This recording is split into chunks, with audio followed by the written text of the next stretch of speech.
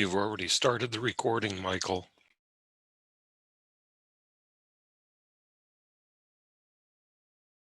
And you're on mute.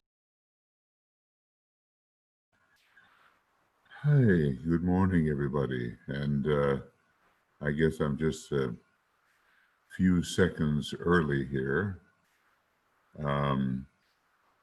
Yes, just a few seconds early.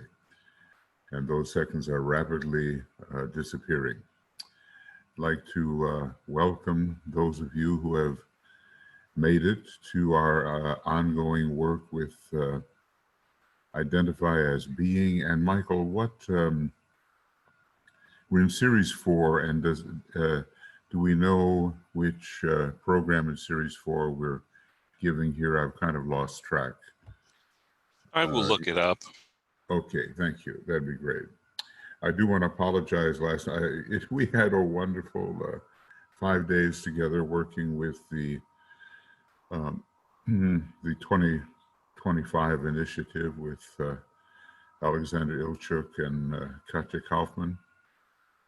And I think I was supposed to be present last night also for a normal triangle presentation, which was going to precede Tuya's 5th sacred pentagram presentation. Well, we got the sacred pentagram all right, but I think I was off in another world when it came to the normal triangles work. But at least in the morning, we did have the science of triangles.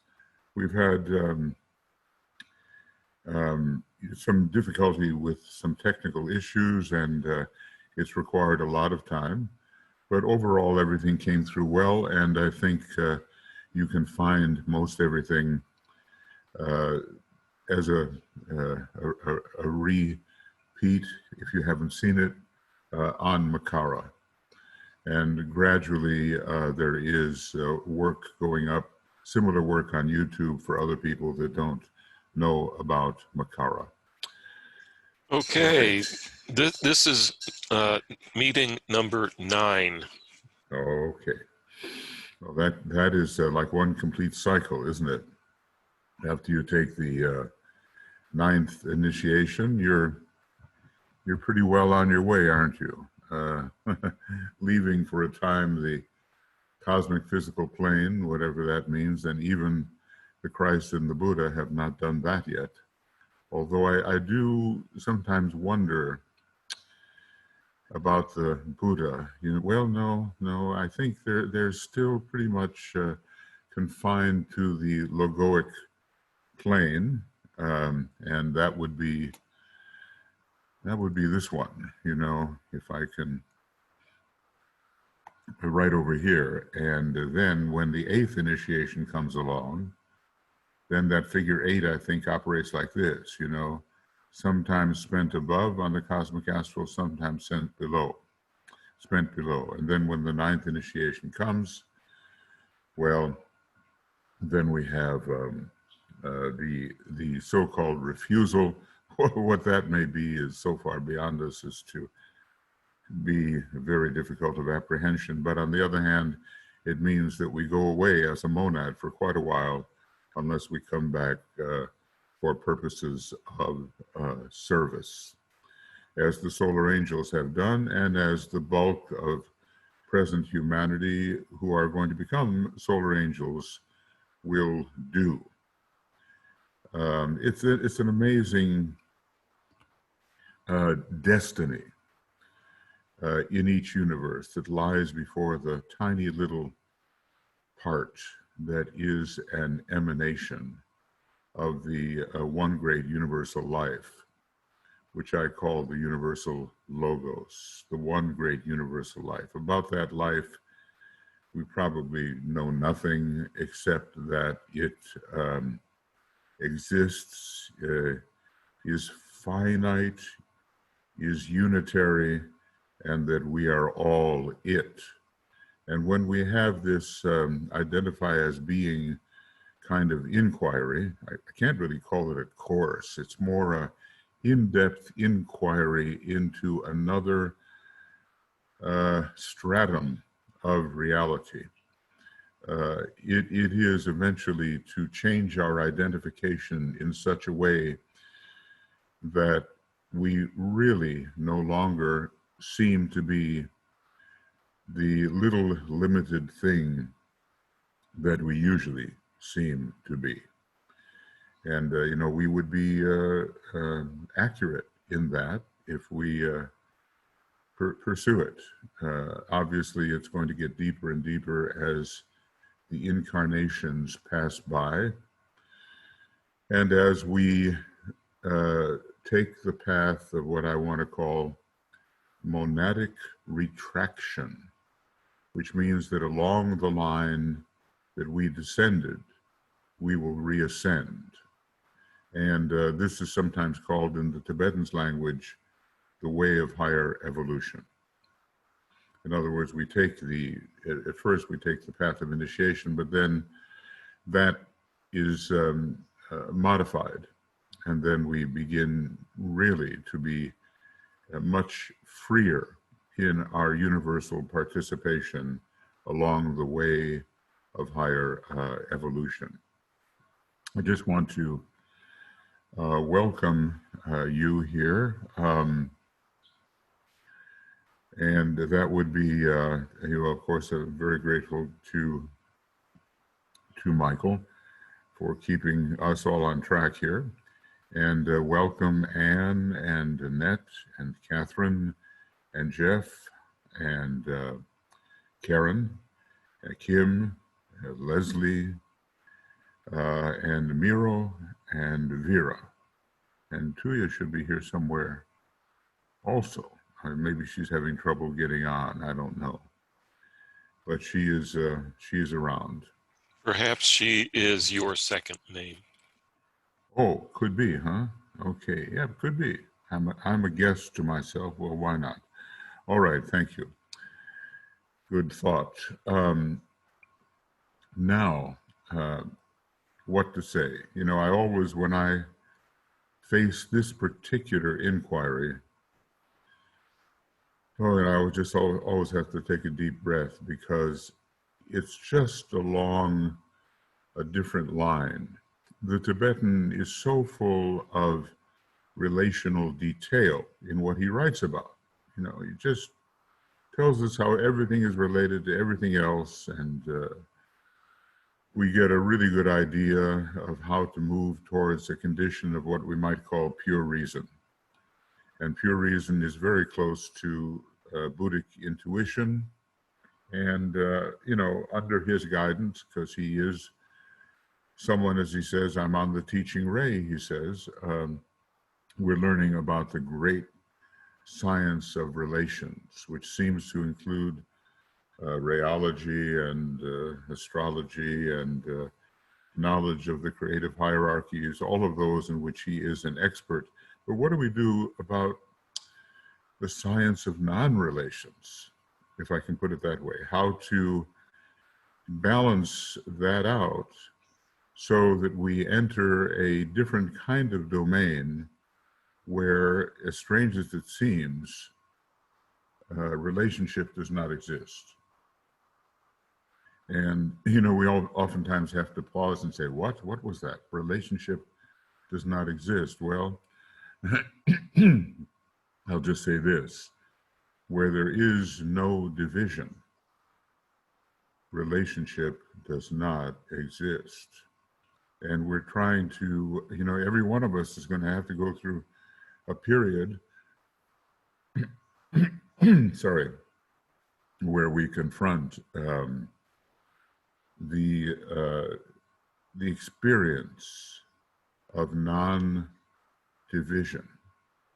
And I suppose the question comes up as to how does division get started in the first place in this world in which there really essentially is no division. I mean, we really wouldn't know what to do if it forever remained that way. But then again, we, as we think of ourselves, wouldn't exist.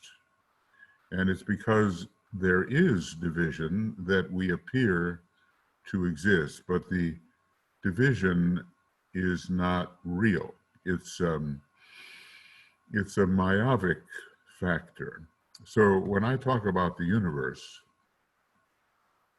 and it's purely from the philosophical point of view, I talk about the great Mahamaya, which means the great illusion. Now, when DK talks about the great illusion, he's being much more circumspect. He's confining it to mistakes in perception that we make. He's not, taking it into this other realm, but he does.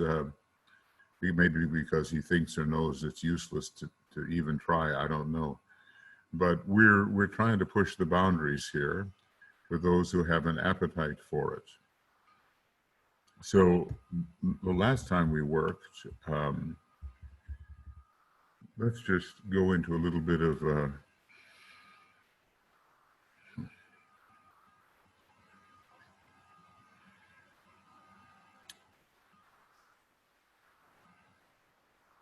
into a sensitive state, and we used certain seed thoughts last time. And of course, the key seed thought, whether you're a second ray soul or a second ray monad or whatever, is not is but me. Not is but me.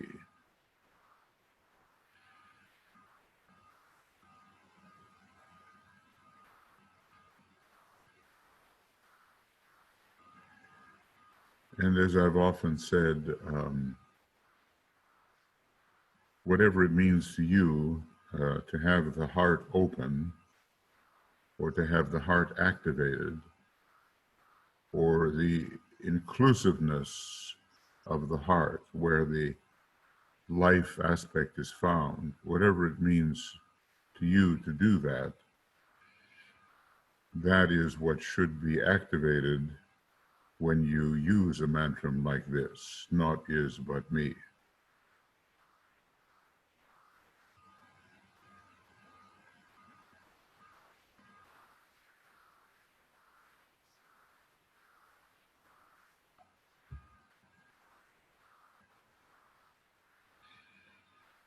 And it certainly takes you far beyond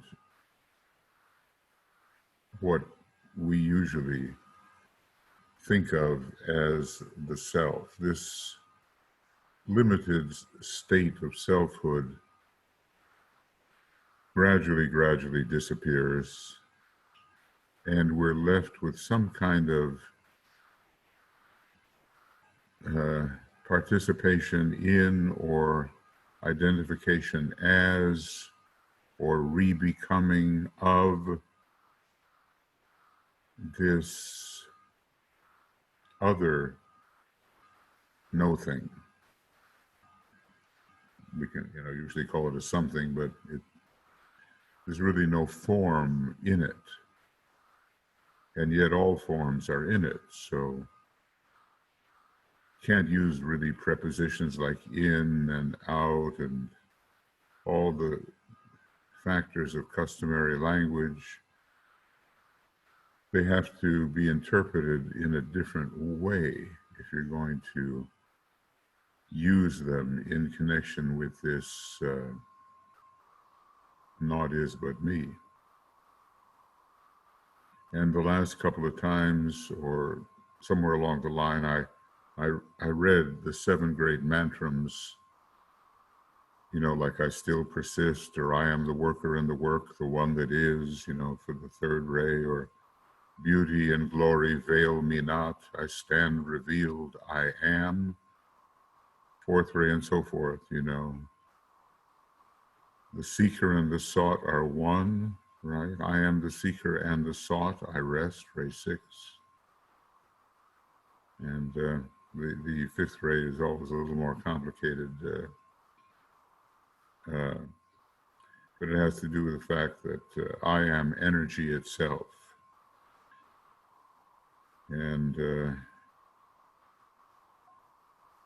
And the seventh ray has to do with being the builder who finally stands back and is not really the builder. It's the one behind the one who builds.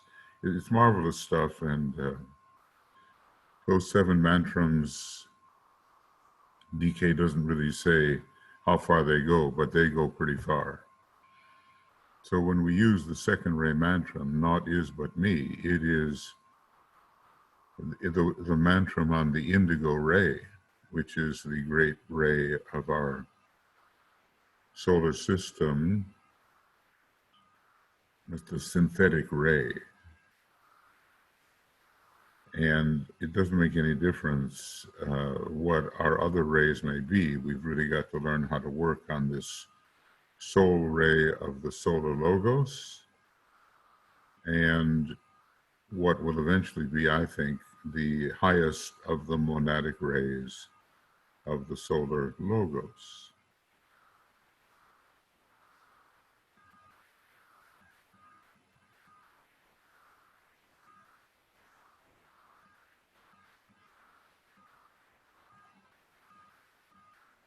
And if all works well, you know, it'll be different for everybody, but there'll come a little click, you know, imperceptible click. And the next thing you know, you'll have an intuition of what being is. It's so simple that it's difficult.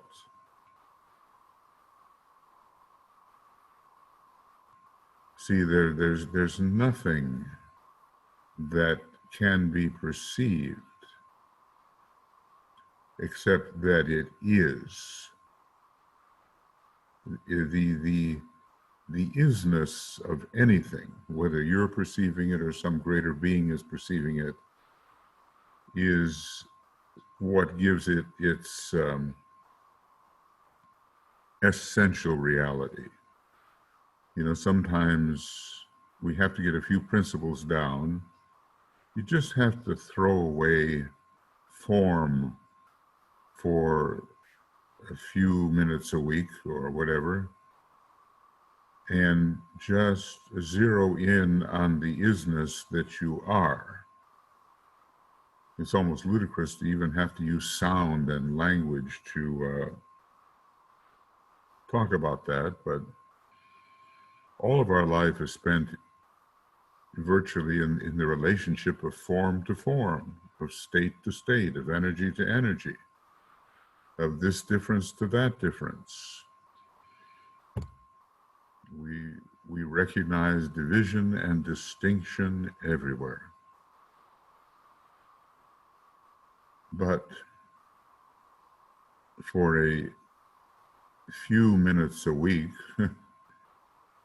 it's as if we have to say that for the sake of the kind of exercises we're doing,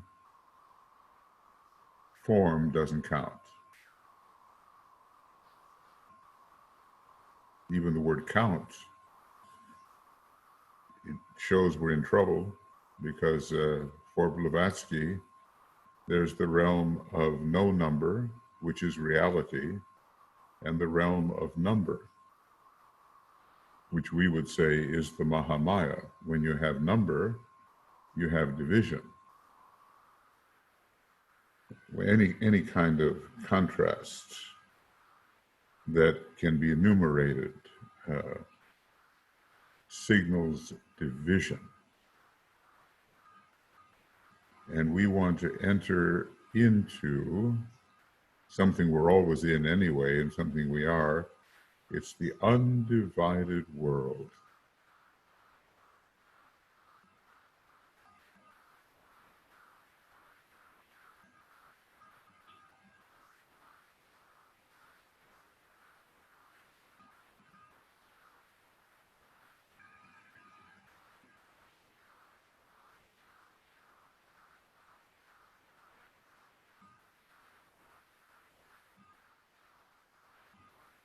And it's not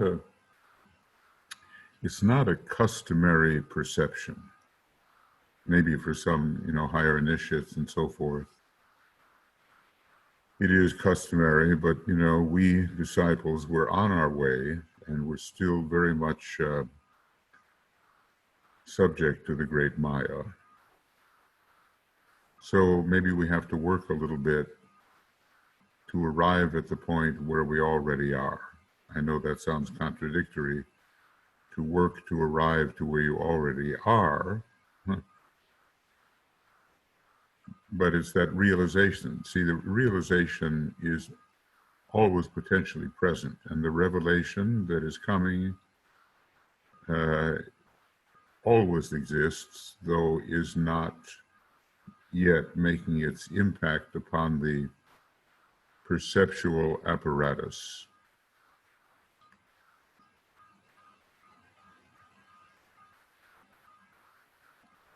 And if just for a few minutes every week, or maybe even just 5 minutes a day,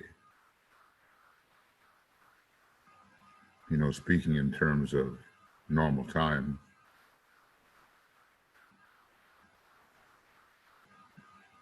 the little turn could be made, which helps what we think we are identify as being. Then we begin to enter the world gradually of the initiate consciousness, which will get stronger and stronger. We have the faith it will get stronger and stronger as we go. So it's not really an academic thing in this case that we're talking about, even though some of the words might be strange. And if you were trying to talk to somebody about this, you might make up your own words and try to convey to the other individual something that is rather hard to convey with words.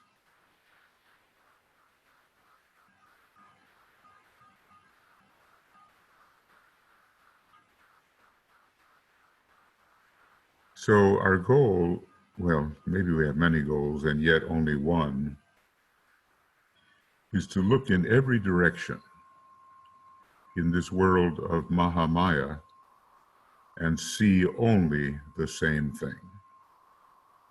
And more than to see only the same thing, to look everywhere, whatever the sense may be, low or high, or sight or hearing and its extensions, and taste and its extensions, and smell and its extensions, is to be whatever we sense. Not just to see, using see as kind of a term which stands for all the senses in a way. It stands for consciousness. Not just to see it, but to be it. I try to make it really simple for myself, because there are days when it's really tough to get into it. It's so simple, it's tough, but I try to use little triggers that will help to be the things I see.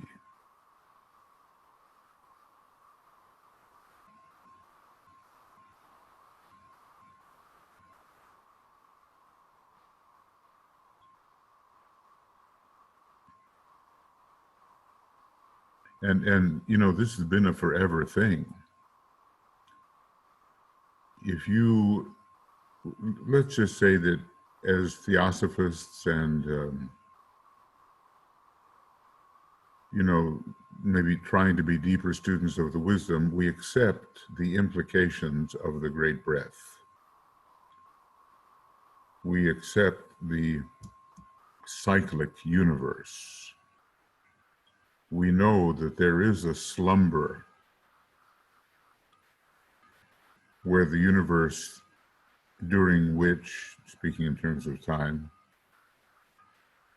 during which the universe is not. See, the word universe is a finite term. Some people, just kind of toss it off the top of their head and they say, oh, universe is infinite. But if the great breath is true, the universe is not infinite. But the super universe is infinite, and it has, ultimately, it has no self-perception because there's no way to divide self from that which is perceived. By the way, just as a little aside, we've all heard about Eckhart Tolle. He's someone about my age, in their 70s, and he's a German thinker and a very wise person he is, actually. He wrote that book, The Power of Now. And first I thought, well, this is just going to be a popular book, okay. But then I began to examine it a little bit more. And I discovered that this man really thinks and has a very wonderful kind of second-ray way of conveying his thought to people. He's a very kind of loving, gracious teacher. And so I've done a little bit of what I can to pick up some of the things he said and how he talks to people. And I think there is, some real benefit to it. So I just thought I would mention that, because sometimes you're dealing with things that are so simple that they are hard to register or to really participate in or to be. See, this little kind of inquiry that we're following every week is all about being all of our perceptions and all the greater perceptions from the greater beings that we regard as objects. We say, okay, I'm not making this. What's in front of me? How does it exist? Well, it's a part of a greater perceptual apparatus from higher beings who are at a different stage in what we might call emanational outgoing or emanational incoming. The Buddhists have it down pretty well when they draw their emanatory tankas. They know that there's no independence. Every being is somehow existing along an emanatory line. So finally, there's one great universal being at any time, and even that can be explored in a way that is mind-boggling. One day I'll try to get into that. But it's really that all of this, as it tells us in the later Yoga Sutras, all of this is taking place within me. And the me, of course, is all of us, without being anything distinct. That me is one thing. Or an I, you get subject, object, what's the subject, what's the object, but sometimes even the old mantra isn't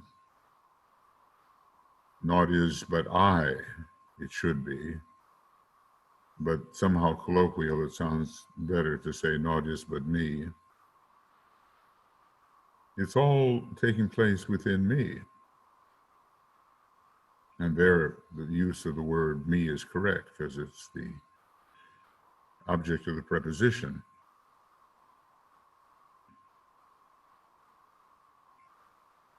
And pretty soon we get the idea of a very intimate and interior universe. Like, it doesn't make any difference where you go in space. You little, us little. It doesn't make any difference where we go in time. I use a funny little phrase called a U-ago, U-A-G-O. It means a universe ago, a million you ago, a trillion you ago, a vigintillion you ago. Doesn't make any difference. It's you present as the only thing that is present forever.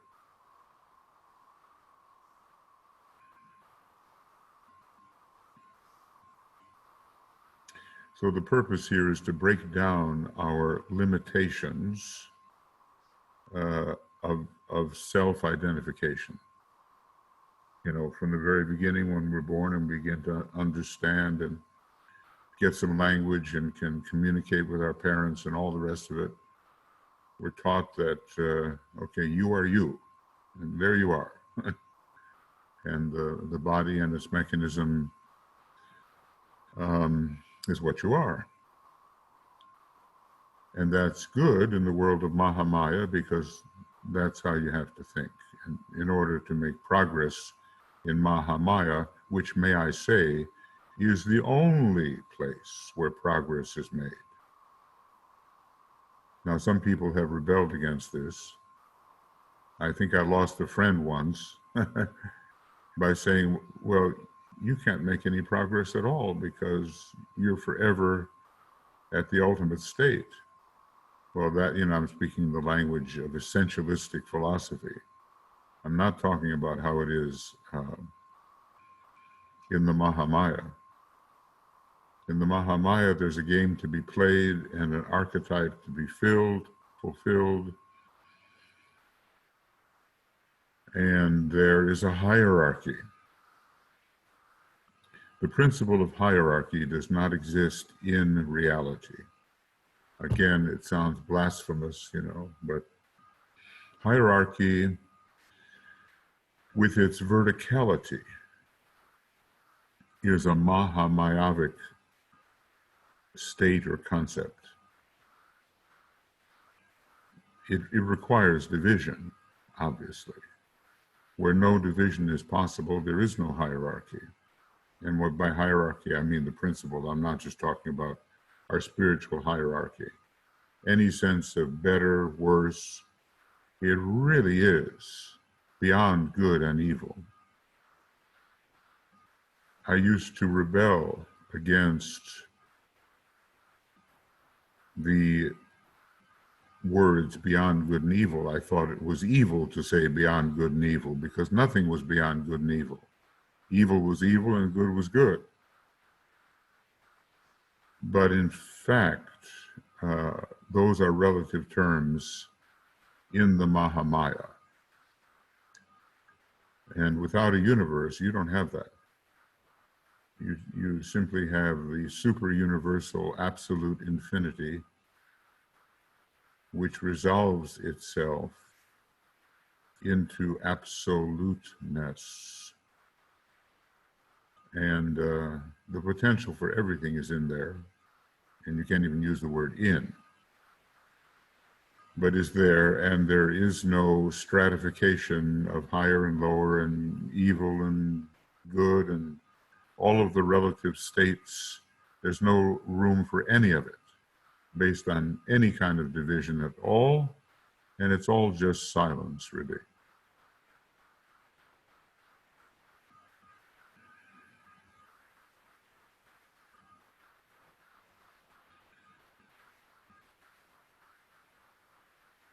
Now, I'm not, you know,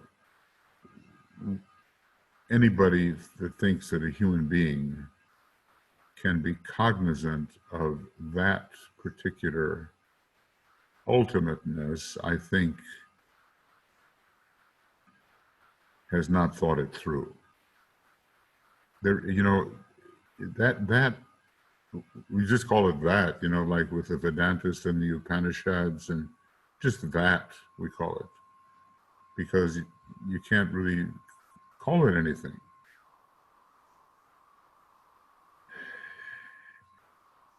And basically doesn't allow you to really say anything about it. It's just not this, not that, not this, not that, until you're just finally left with some kind of silence, and you can't even perceive it. You can only be it, and it's so far in the ultimateness of beingness that even states like will, love, intelligence, good, bad, up, down, none of those things apply. It's true, they emerge, but the beingness of it or that is so ultimate that it dwarfs every other kind of state, even the state of absolute infinity. Now, usually when you think about absolute infinity, you think about you think about forms, states, relationships that go on and on forever, forever, forever, forever with no boundary. But the truth of the matter is that space has to disappear, so there's no on, and time has to disappear, so there's only now forever.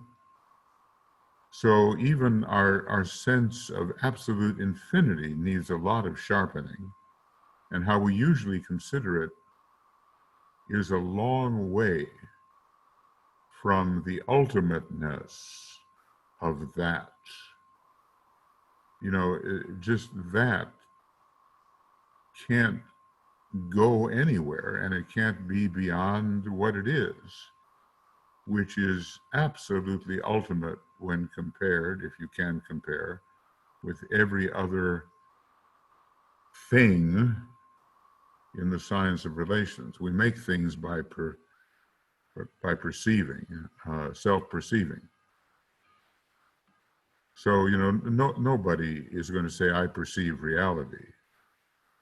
It's just the intuition that one is the reality one cannot perceive.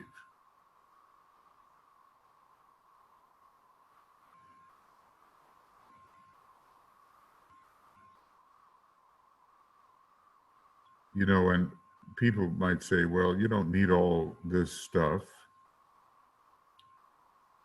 because basically, look at this world, and in the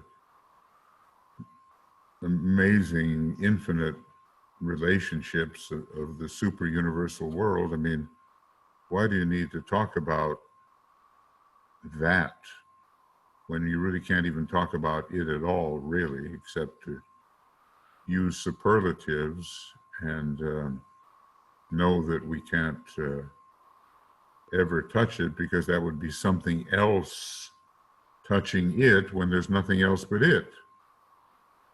There's no greater cause. What they sometimes say is the cause only of itself. So it's the causeless cause in that respect. So why bother? And I would just say that it probably, everyone will have to come up with their own reason for that, or why they might pursue that. But it has something to do with rendering you as reality into a state of as ultimate intimacy. In other words, it makes it possible for you to identify as reality as much as is possible.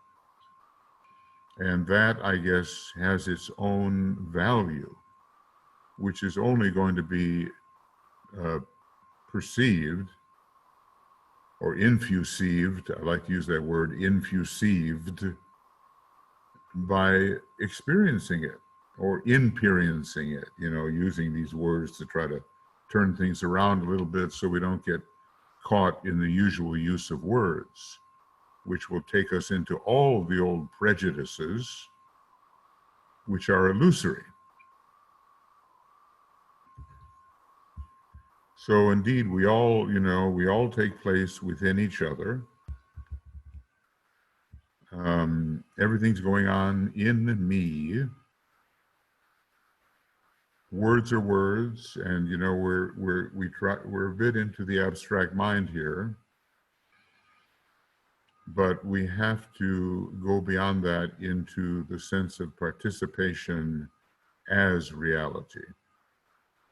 If this is the quest to find ourselves as reality, and to know that there's no time that has ever been that can escape you.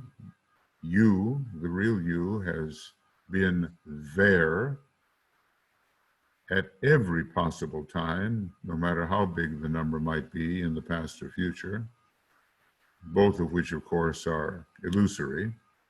There is no past, there is no future, except in the Mahamaya. And we're always confronted with the Mahamaya, like Shankara, Shankaracharya, he basically said, most mysterious is Maya, and without end. And he might as well have said without beginning as well. So, if you want to just stretch your perceptual apparatus to the absolute limit of where it can go at this time, then this kind of inquiry about being is for you, which doesn't mean that you discount becoming a master of the science of relations, as every great and greater and greater and greater logos becomes. Maybe I just want to say that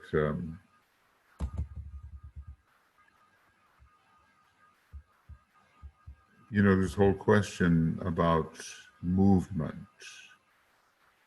We have a world of becoming where everything seems to move.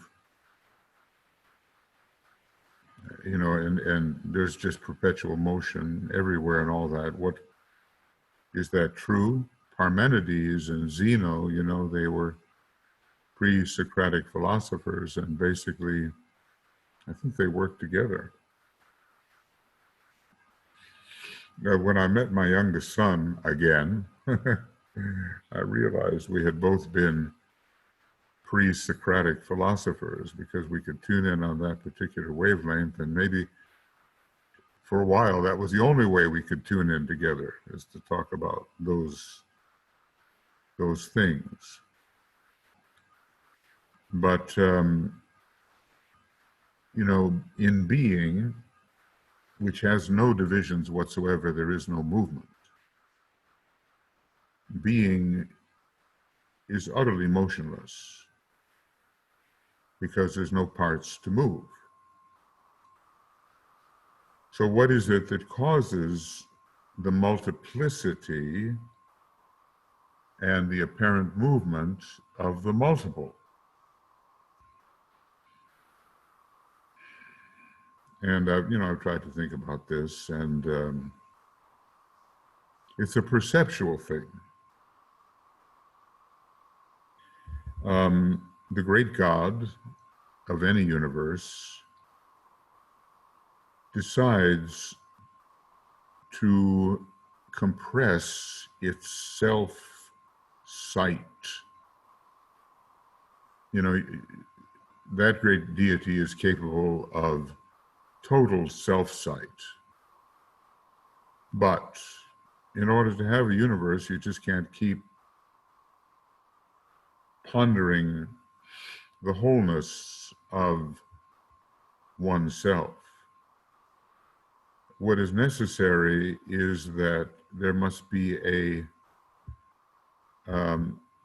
reduction of perception. Now, I guess I want to say here the reduction of perception causes things which are less than the wholeness of any universe. When you compress your self-sight, and by an act of will, you decide within yourself to see only part of yourself, you have created a fragment. A fragment of universal selfhood is created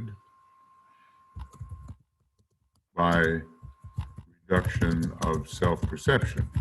Now, does that seem like nonsense? In other words, you see less and less of yourself. And in any direction you look, you have divided yourself. You have divided yourself through reduced self-perception. But how do you get from one reduced self-perception to another? You change. Reduce self-perceptions. So the change from one reduced self-perception to another is, I'm sorry for all these typos, movement. That's movement. In other words, it's just a change of perception. Movement is a change of perception. And all perception on that level is self-perception. That's actually, one of the things I wanted to say today, that the Great One, let's just say you, I, it, the universal logos, willfully reduces its self-perception and sees only part of itself. And that act of self-sight is a change from seeing all of itself. And it is registered as movement. And then when we change from one limited self-perception to another limited self-perception, that's called movement. It's not real. And somehow Parmenides and Zeno, they knew that. Zeno came up with his paradoxes to try to bring that point across. So Heraclitus said, nothing is constant but change, but that's not really true. In the world of Mahamaya, which is the world of becoming, it may be so that apparently nothing exists but constant change. But in the world of non-division, which is caused when the Great One refuses to reduce his own self-perception, its own self-perception, you cannot say that nothing is true but change, or, that movement is everything. Movement is an artificial state of changing reduced self-perception. Let me put that down. Movement is an artificial state of changing reduced self-perception. And, in the supra-universal world, and even in the supra-articulated absolute infinitude, none of that exists. There is nothing to perceive. Being is so powerful, or beingness is so ultimate, that it absolutely eats up every possibility of self-perception. In other words, in absoluteness, there is no self-perception, because there's no division between a self and that which it perceives, no division whatsoever. So, to ponder a little bit about the indivisibility of reality, it's not a bad thing to do. And eventually, I think what happens is that what we really are begins to be noticed as pervading all things that we used to think we were not. If I'm looking at this candelabra in front of me, am I the same as the candelabra? Yes and no. In the world of form, obviously not. In the world of the essential, I am. And I want to know it. I don't want to just say it. So we are emerging now out of Leo, Sirius. I am that. I am that, and that am I.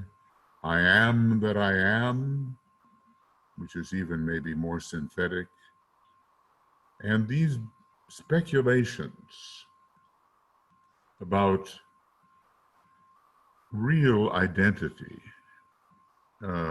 come to the fore at this kind of time, when the great sign of identity, Leo, is emerging in power.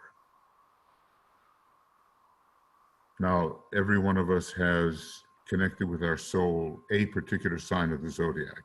It doesn't change. And it's not going to be found in a horoscope in any really indicated way. You can't say, well, my rising sign is it. It isn't. And you can't say that the point opposite your sun sign, which is your monadic point, is it. It isn't. Those things keep changing. But for a long time, there is a sign connected with your soul, and I wouldn't be surprised if there's one connected with your monad, I would think, that governs your way on the path of spirituality, and eventually may govern your way on the way of higher evolution. Foster Bailey hints at this, I think, in the introduction to one of these books, maybe the introduction to one of the Dinah books. And these are, hidden factors. But each one of us in this world of Mahamaya, we're going to have our own way. Even though there's only one way, and that way doesn't lead anywhere because there's nowhere to lead to. The paradoxes just build up and up and up. But what I'm trying to do here a little bit takes a little bit of daring.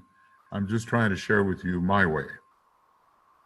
What I find has the greatest promise to work for me, for the little me that I tend to think I am. And you'll come up with your own way, because right now you cannot help but have limited self-perception. And if it gets limited enough, you turn into a raging egotist or megalomaniac. We have a few of those walking around the planet today. They are victims of severely reduced self-perception to the point of narcissism. But you'll find your own way. And is it good to study the science of non-relations along with the immense science of relations simultaneously?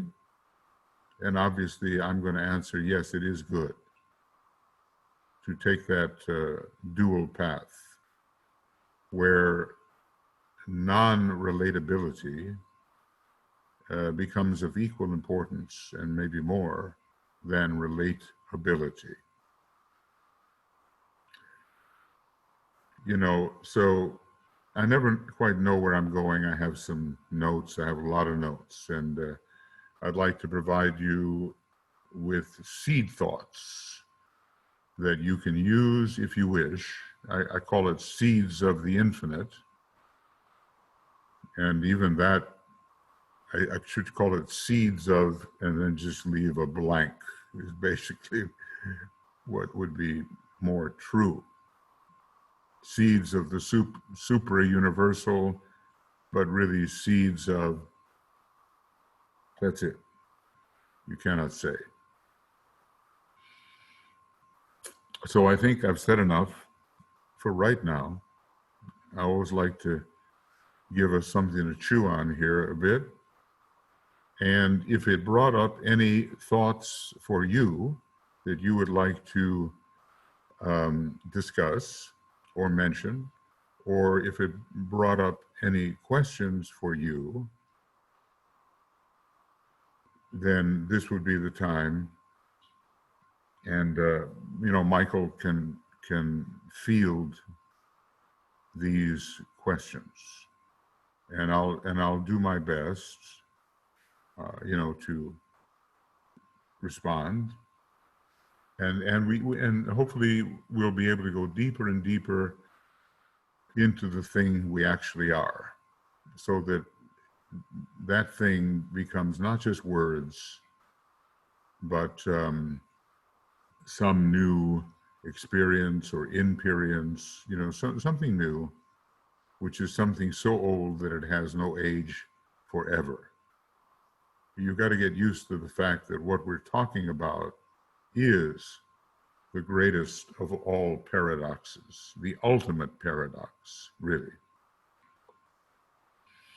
Okay, so Michael, is there anything? No one has raised their hands or written in the chat box yet. Give them a moment or so. Yeah, we can just, let's just have a little, you know, while you're thinking, and we can have just a few moments of little meditation or attunement, or, you know.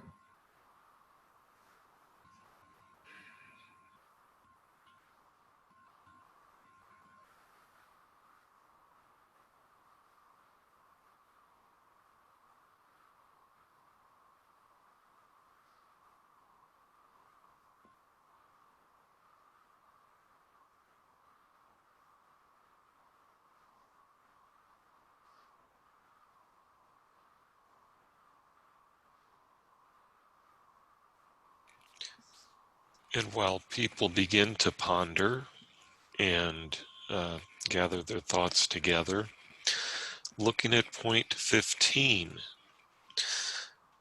on the involutionary path, the law of separateness is active. Mm-hmm. But once we pass that turning point, separateness becomes a great illusion.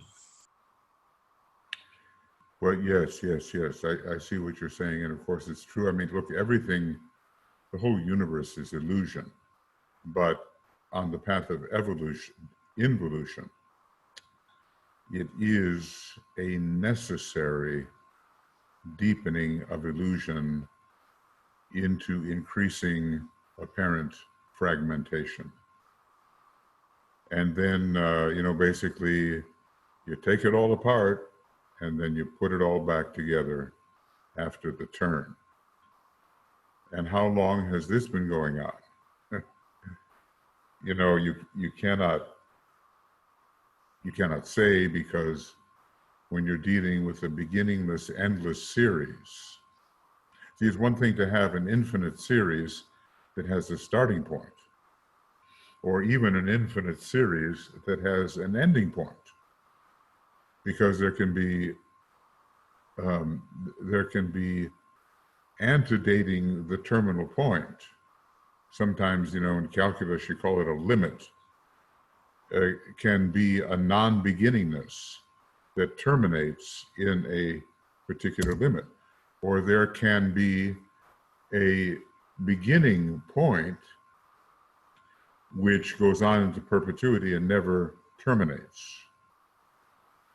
But then you have the great breath, which has always been breathing, it seems. And there's never been a breath that has not been infinitely preceded by other such breaths, and there is never a breath which is not to be infinitely succeeded. And this just takes the mind and flips it out of its usual concreteness. See, here's the thing, friends. Do we want the fruits of the abstract mind? Now, you get some of the great scientists and philosophers, and somehow they have penetrated into the abstract mind as it is fed by the intuition, and they've come up with certain formulas which look to us very well abstract, and how'd they come up with that? And it just is like nonsense to most people. I mean, unless it had been explained. I always use this, there's billions of people on the planet, more there were in Atlantean times even. And you get a formula like Einstein's formula coming out of kind of a third ray, fifth ray ashram, E equals mc squared. Well, totally meaningless to the great majority of everybody, except that, now it's been explained. How do you come up with that? Well, a lot of people wonder. It's a universal law, or at least, it appears to be a universal law, and as represented by a formula. There are many such in those higher realms, and to so many of us, those formulas which are not yet explained the way E equals mc squared is explained would be really quite meaningless. We wouldn't be able to get a handle on them, But the more we penetrate via the Antakarana into the abstract mind, the more meaningful these formulas, wrested from the mind of God, the more meaningful they will be. And of course, it's just the beginning. We have a few little things that pertain to the cosmic physical plane mostly. And then you look at the big map and you realize how many planes and superplanes and superplanes there are until we reach the 10th dimension,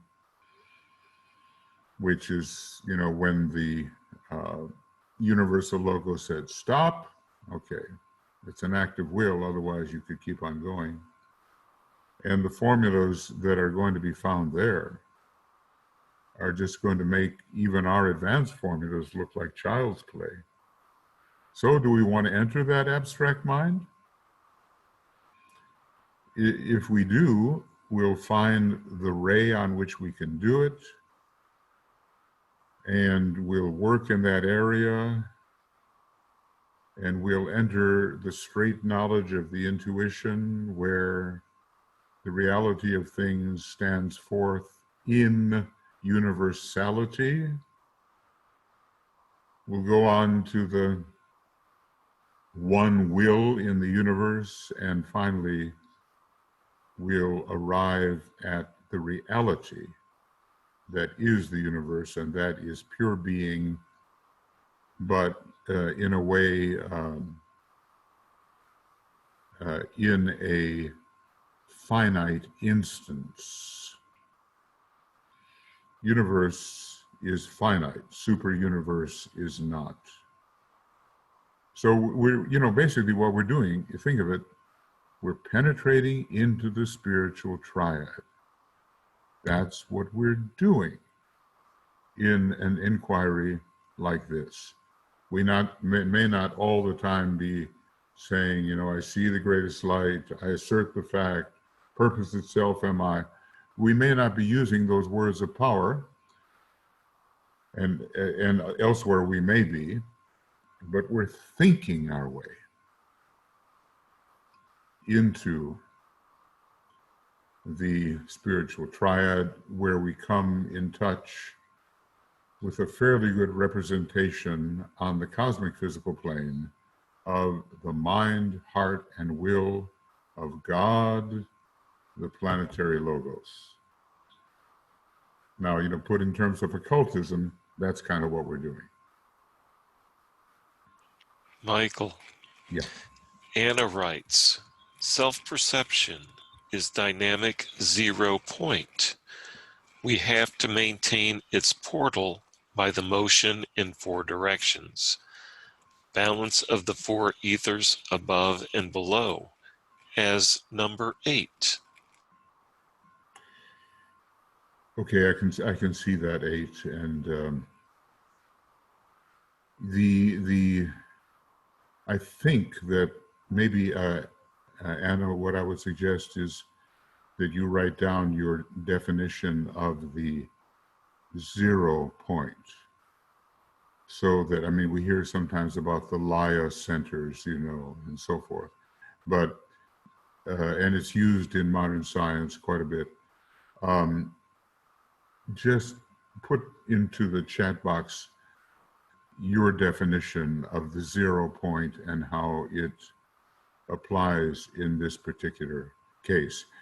The idea of the 6 directions in space, or the cube of space, is really important. It's one of those Platonic solids, and it reflects for us the idea of a central point and 6 directions in 3-dimensional space.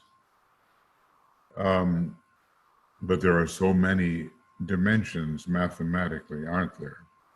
So we have kind of an n-dimensional manifold. Every time there's a change in frequency, we are possibly entering another realm of registration or another dimension. There are 49 subplanes on each normal solar or systemic plane, speaking in the language of occultism. And every one of those is differentiated by frequency and by a certain type of perception at a point of tension, which is not possible below. So another way of looking at what we're trying to do here is to heighten the point of tension at which we habitually perceive. How do we heighten the point of tension? By a radical power of exclusion. Focused, immovable will is the definition of a point of tension. It's such a state of concentration in terms of perception that we eliminate all that tends to reduce or make slack the ability to perceive. So via the will, we reject all reductions in the point of tension we're trying to hold, and we intensify it through the use of the will so that more and more of reality becomes visible. Our whole purpose in this inquiry is to be everything we register. If there is anything registered through any sense, or through the extension of any sense, as we will find on page 188 of Cosmic Fire, the extension of all the senses, we want to slip into the perception of being what the senses reveal and what the extended senses reveal, until our identity embraces every possible registration. Our identity embraces every possible registration. Right now, those registrations cannot help but be in the Brahmic world of the cosmic physical plane, the world of normal and superhuman evolution, the Brahmic worlds. Later, we will include the divine worlds, always at an ever higher point of tension, and we do not accept that we shall not be what the point of tension reveals. I mean, these are strange thoughts, I know, and all that. And maybe, I don't know, that's why I was interested to know how you think philosophically of the 0 point when dealing with perception. Because actually it's a psychological universe. That's the assumption here. And I know, from the point of view of fifth ray scientific externality, the 0 point is whatever it is. And does it have a meaning psychologically? That's what I want to know, if you conceive it that way. So just think about it and then just share it with us if you'd be so kind.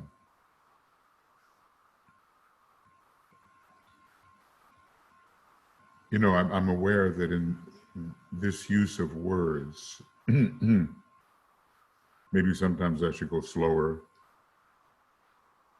to give everybody a chance to really ponder what the words might mean. And basically we're forging our way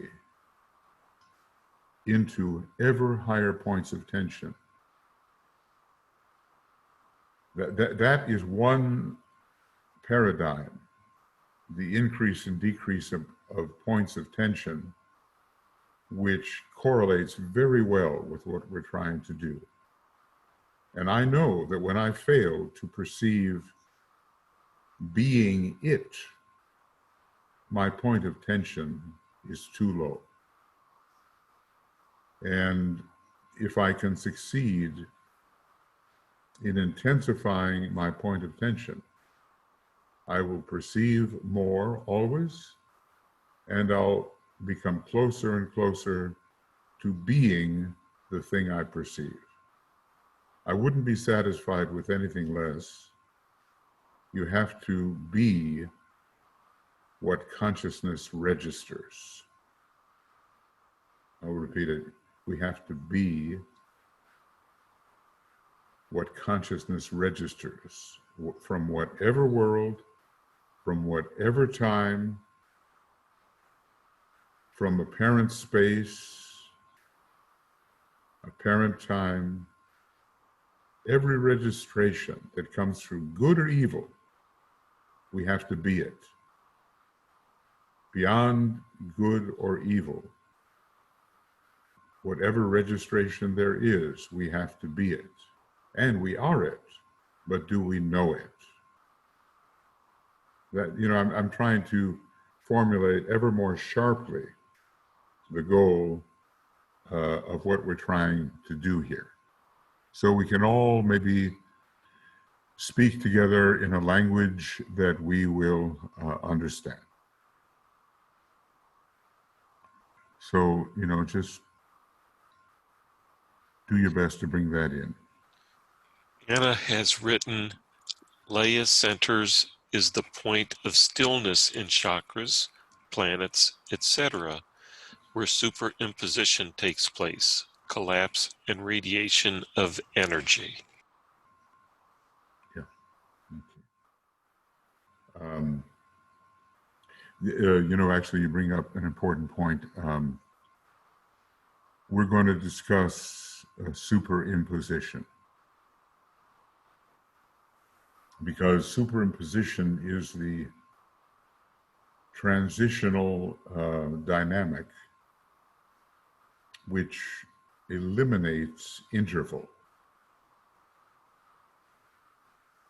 It eliminates time and creates the realization of the eternal now, and it eliminates space, which eliminates the possibility of any kind of spatial extension. Kant basically was telling us that, you know, all of these things are categories of mind, categories of perception, and that in a way they're not real. So we have to, without destroying our relationship to the Mahamaya, we have to use superimposition to realize that there has never been a sequence in time, and there has never been extension in space. Now, if that's nihilistic, I don't think so. I think it's simply realistic. I think it's the assertion of essence. See, basically, we have to break through our concepts. I wonder if that is a meaningful idea. We use words in a certain way. We adopt those words from experts, from people who teach and write and explain and so forth. We adopt them. We use them. But whether we've completely thought through them and their implications is doubtful. I know there are so many words I use, which I have basically borrowed from another thinker, and I have not yet thought through the complete implications. When I began to think about the impossibility of interval, now think about what that means. It's like in music, everything is a unison, you know, unison. The impossibility of interval, I began to realize that every self-perception is superimposed and basically identical. And that left me with dimensionlessness. Now, you know, it's not practical in a way. You can't operate in Mahamaya without taking cognizance of the dimensions which appear to appear. And, you know, we have to live two different lives. And, you know, as DK says, in the world, but not of it. And I'd like to say, in the universe, but not of it. in the self-perception that is the universe, and yet not of it. So basically what we have to do is extend the implications of the ideas that we adopt. In other words, it's possible for all of us, and I've done it a million times, to repeat the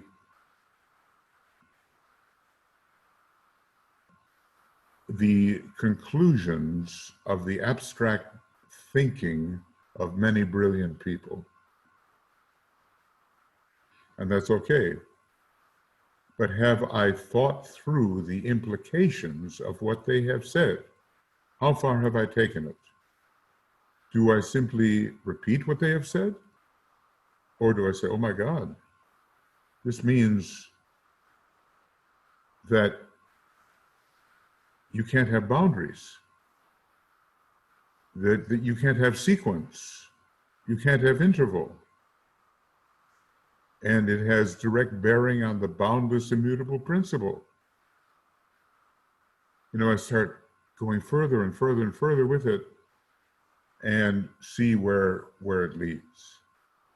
I told you the story that, you know, when I was in my just early 20s, I just got so frustrated. I resolved when I was reading these books that I would not go one step beyond being able to understand a formulation given to me in that book. If I didn't understand it, and I couldn't put it in my own words, I would not read any further until I could really explain it, you know, like to a 5-year-old or something.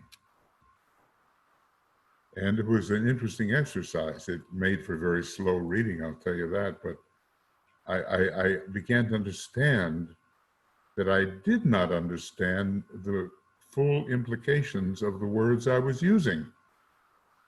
And then I resolved, I'm going now to understand the full implications of the words that I'm using, taking things as far as I can. Now I might say to you, cosmic physical plane. Well, great, I can throw around a great concept there, but what does it really mean to me? Can I define it in ways that I can relate to and other people can relate to? And so then I begin to think, I begin to analyze. And I come up with something that is closer and closer to being meaningful to me and maybe to others. So all I'm just saying, I'm talking to everybody now and myself, I would say, make sure when you use words that you're not just borrowing someone else's good words, throwing them around without understanding the deeper implications of the words you use. And I just really feel this finger pointing at myself, you know, when I say that, because it's something I realized I was doing and I had to correct it. Okay, thank you. Okay, Michael, we have 2 hands raised. Jeff, you're next. You can unmute yourself. Hi, Jeff. I think I know you a little bit, 30-something years here.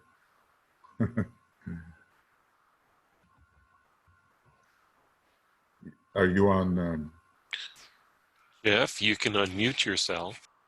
Does he know how to do that, though? Or can we he's got his hand up. Can we unmute Jeff? No? Maybe not. Oh, there it is. He's good now. Whoop, he was good. Unmute. What can we do? This is a different format than go to webinar. Yep. Jeff, are you there? Mute. Yep. How's that? Good. You hear me? Yep. Yes. Well, it was saying that I was muted by an organizer, but anyway, it could have been me, huh? I hope so. Maybe by a disorganizer. Yeah. Well, you know, what a dilemma we have. I've often said to myself in this instance, the less we say about this entire matter, the better. And, you know, because the conditioning nature of words as they stand, you know, being symbols, and they're an attempt to convey meaning and significances of this particular realm, and therefore we place these between ourselves and the experience of actuality of being that condition. So I find immediately that I do that, I have lost something of value. in the experience of being that. You understand, of course.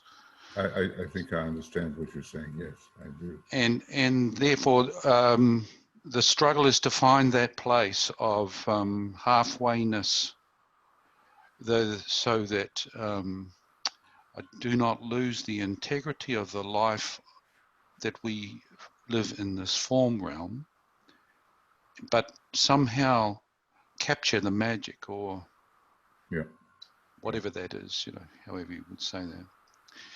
But and I'm going to give a plug here for DK, because I just think the genius of the guy is just stunning, and that relates to the formulas that 1 through 6.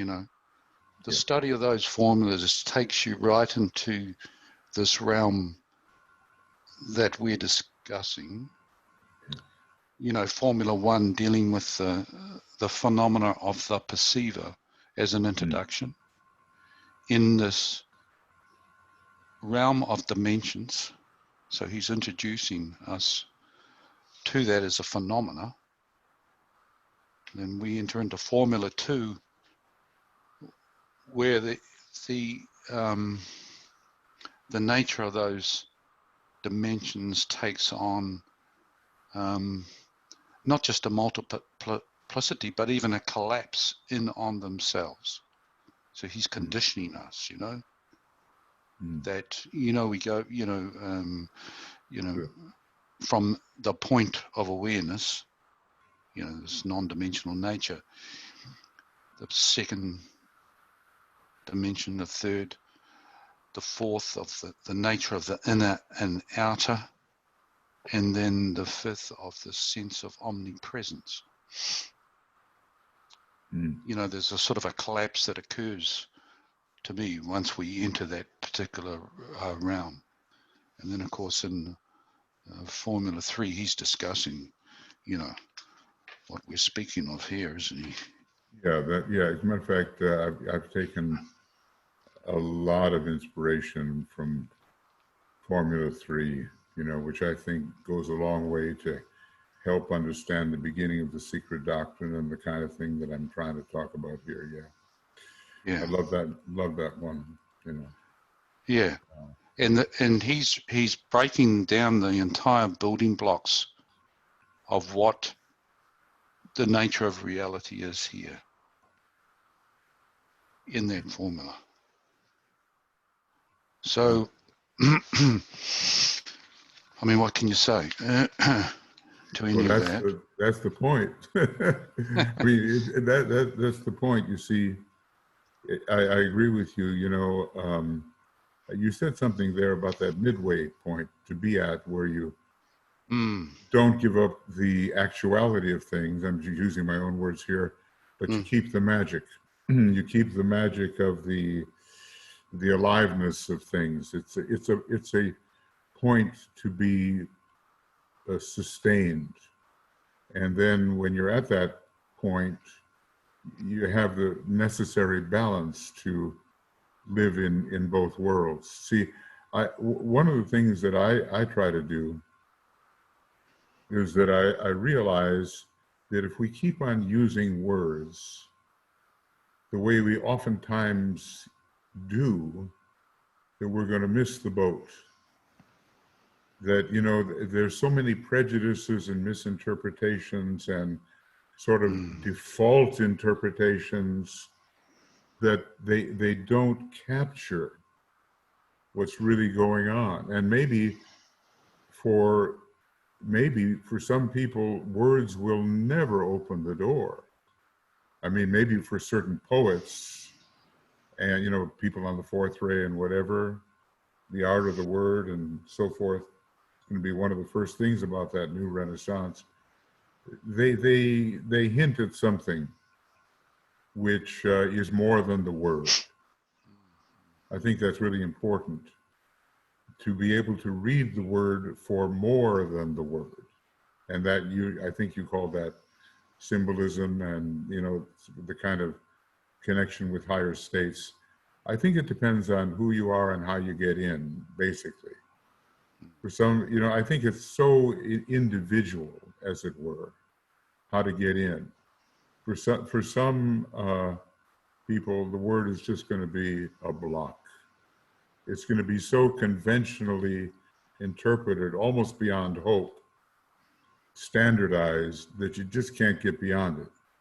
And for some people, the word can be shattered in such a way that it is forced to yield up the magic that was behind it, behind its formulation.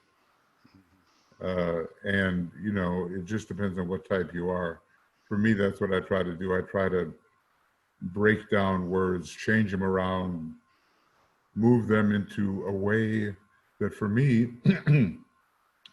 they are an indication, like I indicate the way, that thing. Yes. An indication rather than a wall. And if it doesn't work for many people, then they're going to find their own way in, because everybody's in a way already in. We just have to find out where we already are. I am the seeker and the sought. I rest. So the individuality of it does continue. And like for you, you're very somehow deeply appreciative of DK's formulas and meditations. And I think you're right about that. He says, I've given you what will hold you for the rest of your life, basically, he said. Well, it's in black and white on the page, Yeah, he says. It's loud and clear, and for us to read it. And yeah. I mean, even in that Formula 3 there, he speaks of the middle one.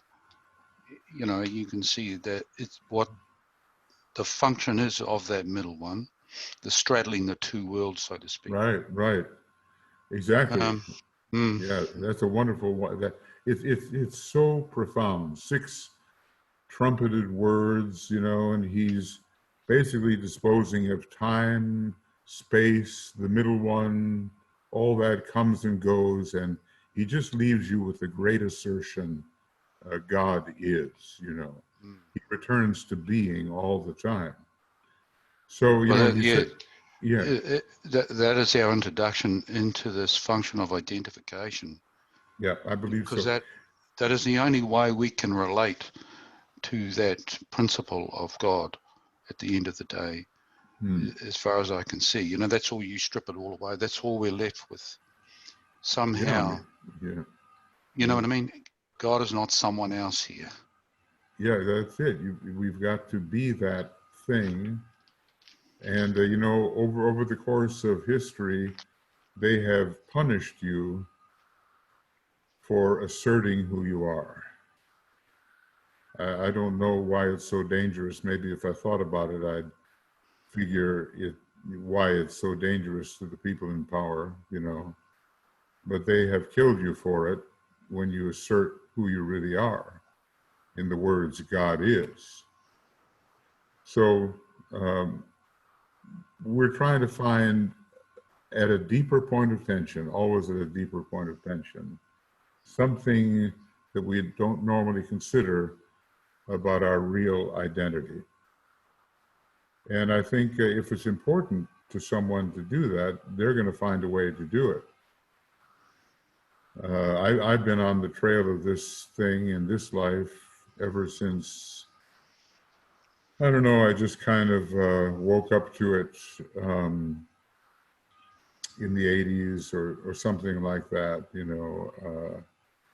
somehow that little book, The Crest Jewel of Discrimination, that Shankara book, it wound up in my hands, and I just recognized some kind of homecoming with that book. And then I began to realize, goodness, DK is hinting at this all the time, but he's much more at this time into the science of relations, which is where people can be reached. So I'm not saying that what we're doing here can reach everybody or is even of interest to everybody. But DK does talk about it clearly if you have eyes to see, you know, and ears to hear. But meanwhile, he gives us the world, you might say. So agreed that we couldn't have a better teacher, I think. Thank you. Yeah. Thanks, Jeff. And Karen, you can unmute yourself.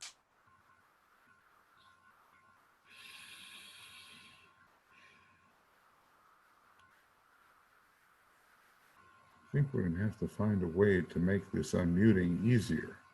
Well, participants can unmute themselves, so it doesn't get much easier than that. You'd be surprised how the easiest things can go astray. Karen, your hand is up. You can unmute yourself.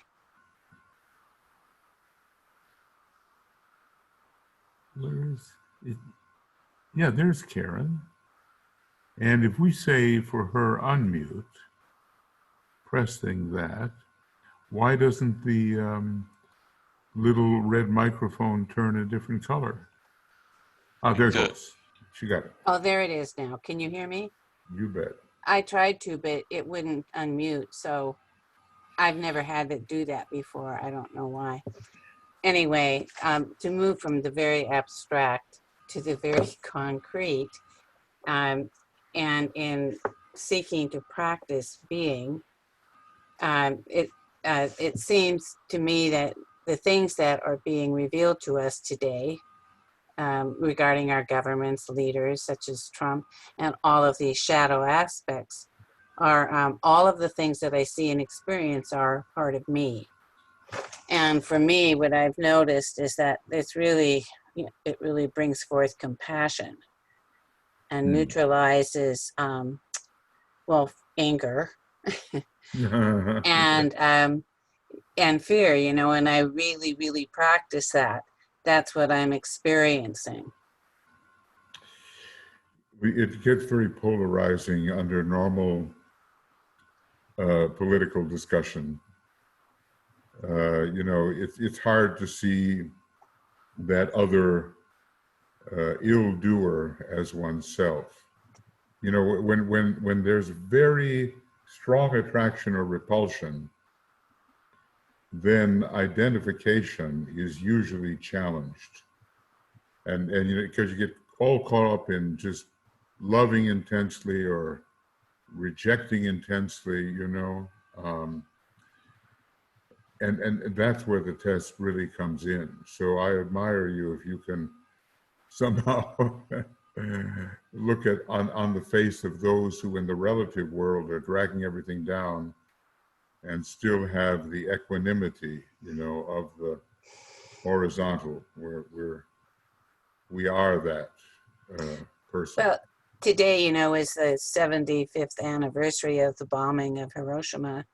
And there was a celebration that went on about that, you know, and seeking reparations, and just participating in that was really a healing experience. And, you know, I think that's something right now that we're all called to do, is to forgive, to make reparations, to acknowledge, you know, our karma. So I think when I practice being and all of these things that we're talking about, it's really very helpful.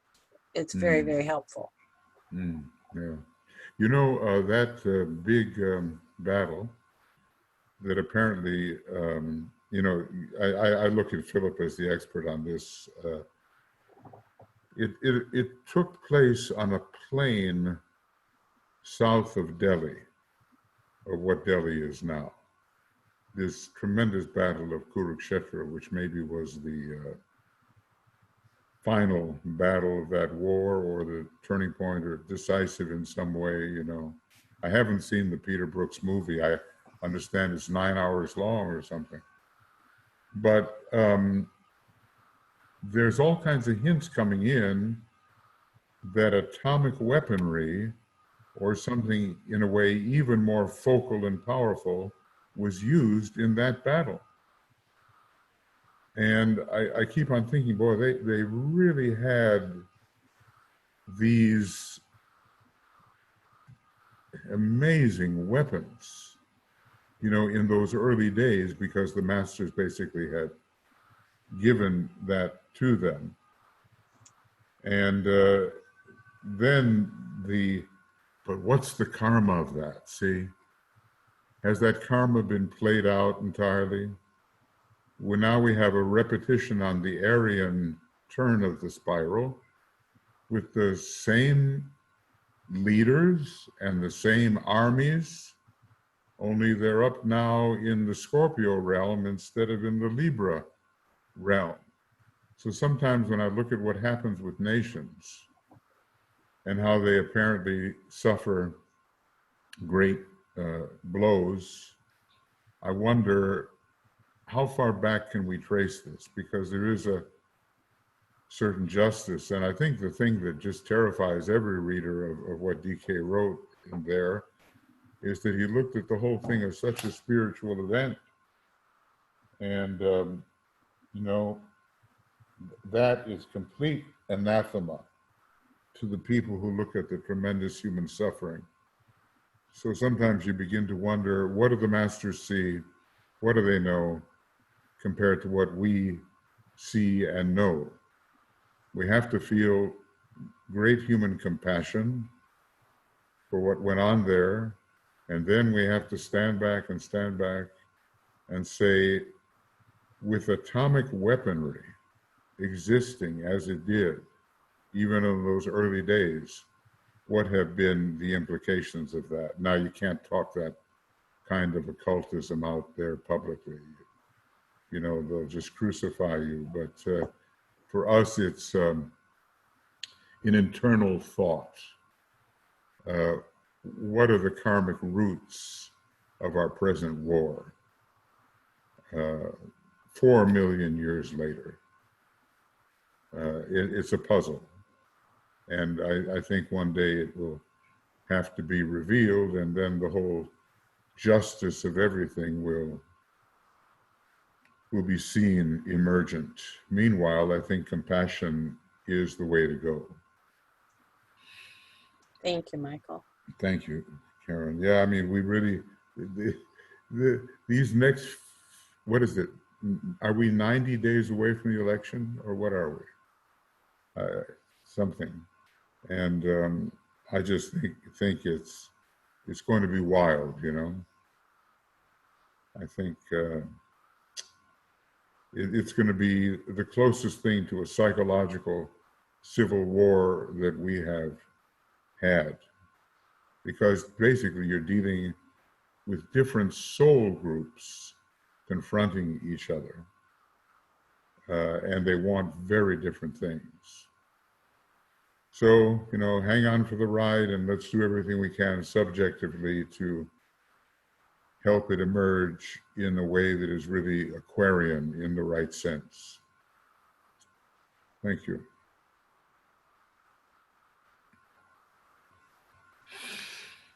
The only other thing at this point is Anna defined superimposition as making alignments in vibrations, resonance with focused intention. I think that's a good practical way of looking at it. That's a good practical way. Because in a way, the whole line of atomic connection proceeds in the way you just described it. And, you know, I realize I take it a bit far with this kind of radical superimposition, which eliminates interval. But if you find yourself eliminating interval, you're going to be eliminating number. And if you find yourself eliminating number, you're going to be eliminating limited self-perception. And you're going to be entering, with Blavatsky, the realm of no number, which he talks about, and which somehow is the realm of reality. So here's another way. The Mahamaya is the realm of number. The zero, or the no thing, or reality, is the realm of no number. Now, it might just sound like just words and a lot of sounding brass, as they say. But when that can really begin to make sense to us, we will have flipped over into something that maybe can never leave us again in this universe. I would just say, if you think you have a limited identity and you identify yourself as such and such a person or a soul or a monad, you didn't exist that way in former times. Let's just say that there's an oscillating universe, non-universe, great breath phenomena going on. Don't look for yourself as a distinct identity in previous universes. You can't say, well, this one was I, this emanation was I, because, we're all in the soup together here. There's only one universal logos, who is the same universal logos in all universes, although the limitations it places upon itself is different every time. So don't think that what you identify as Michael, as Anna, as Jeff, as whatever, don't think you're going to find yourself. You're not. You're not going to find yourself as any limited being. You're just going to find an identity which is forever the same for all apparent lesser identities. No matter how many universes we go back, how many you ago it is, 1,000, 10,000, 1,000,000, whatever, you are there, but not as you are now, you are there as you are. And if that could be meditated upon, I think maybe we'll do that, a whole different sense of the stretch of our identity and its nature and its non-specificity, the non-specificity of our real identity is going to emerge. So, I'm filling what I have to say with a lot of not in universe talk. Yes, of course, practically speaking, in universe, obviously. But it's all about eliminating the partialities, which are the illusions produced by reduced self-perceptions. It's all about eliminating the partialities produced by eliminating reduced self-perceptions. And ultimately, if we come up with any notion that we are different from anything or anybody else, we still haven't escaped the illusion of Mahamaya. Ponder on this. Michael, anything else? Catherine's hand is raised. You can unmute yourself, Catherine.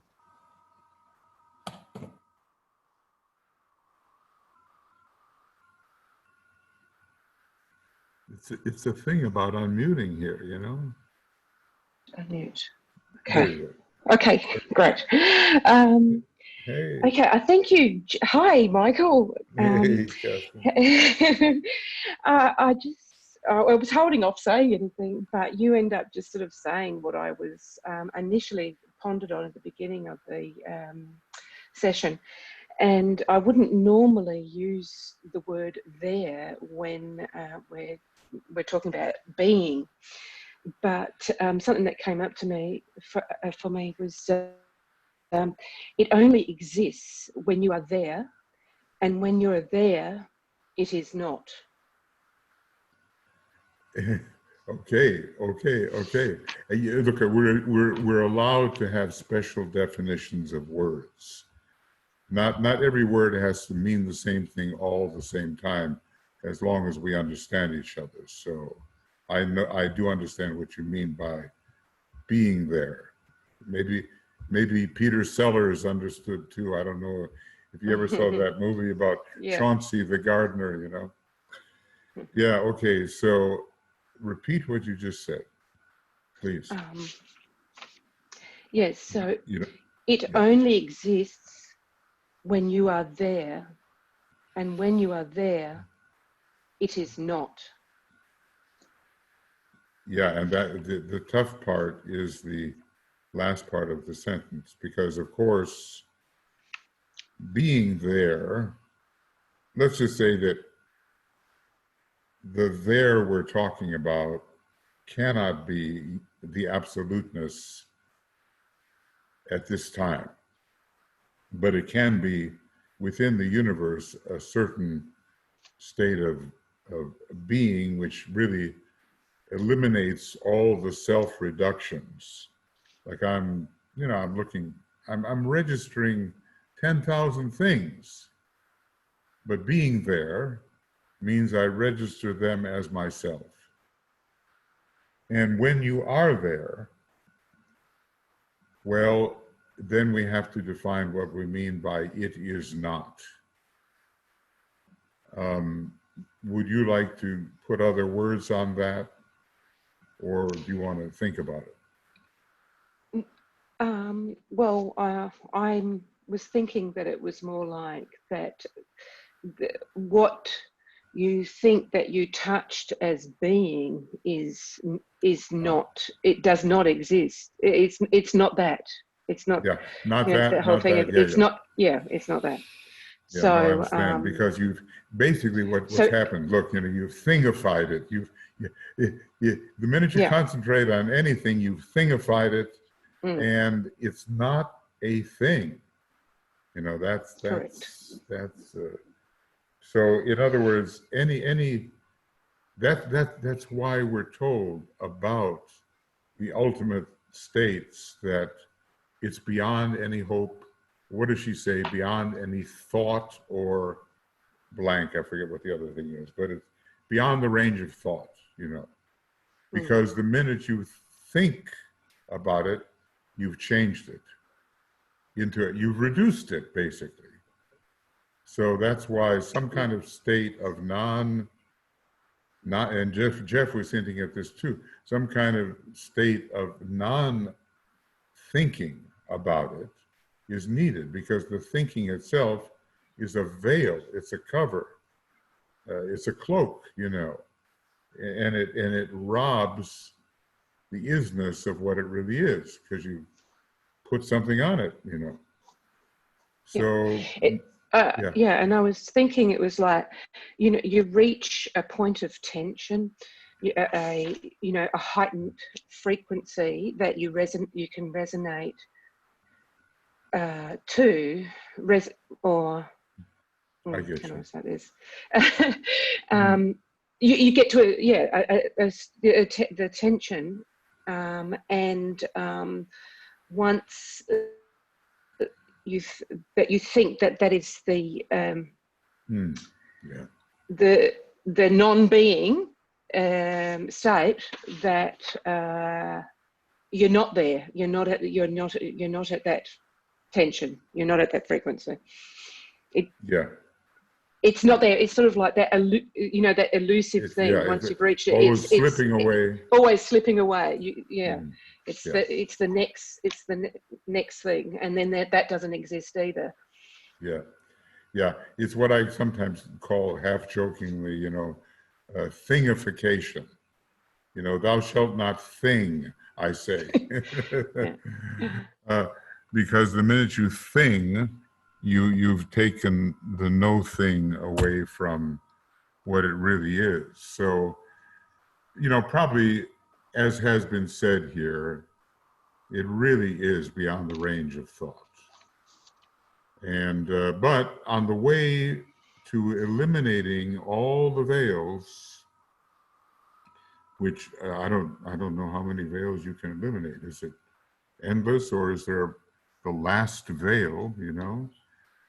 You're just getting an intensified experience, closer and closer, of at least what it isn't, and maybe more and more of what it is.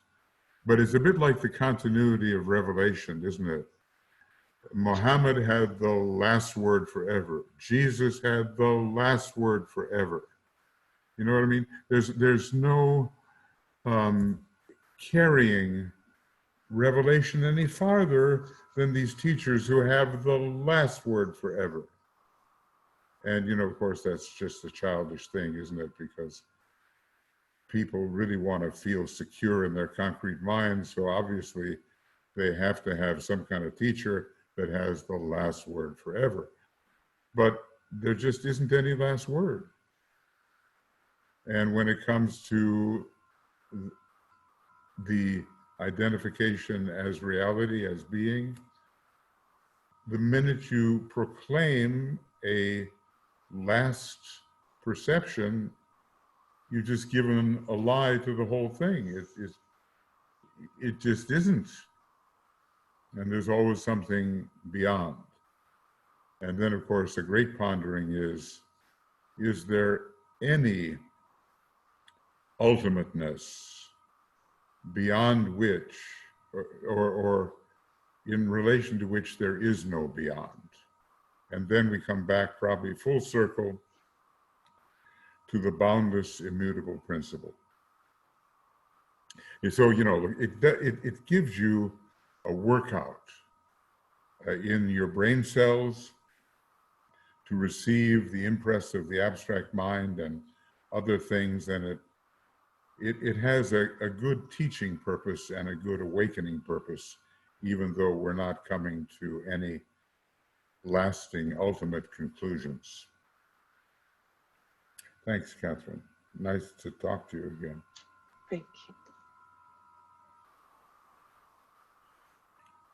Are we there yet, Michael? No other hands raised and no other questions or comments placed in the chat box. So wow, let's hold that. Because we can move to the great invocation now, can't we? Yeah, I just said it was 3 minutes. We'll talk very fast. All right. Yeah. Just take me a second here. And this time I'm going to avoid what you otherwise would say. I have caught me before you have. Maybe you'll find something else, I don't know.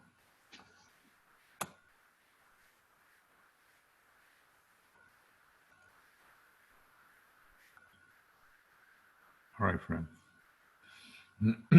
So this is coming back down to earth and changing the world in the world of relativity.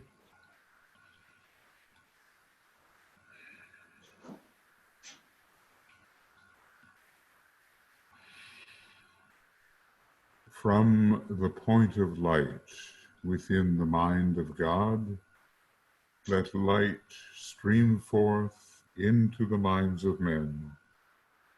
Let light descend on earth.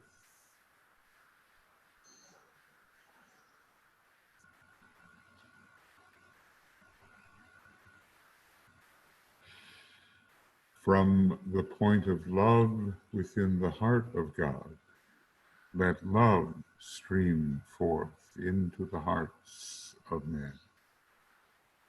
May Christ return to earth.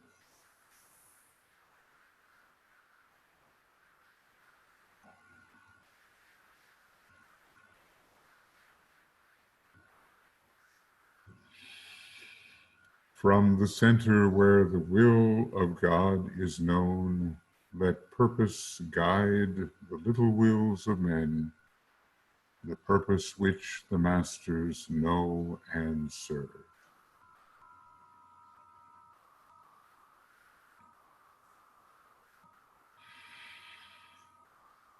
From the center which we call the race of men, let the plan of love and light work out,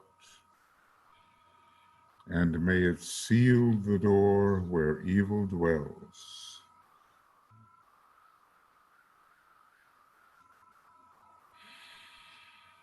Let light and love and power restore the plan on earth.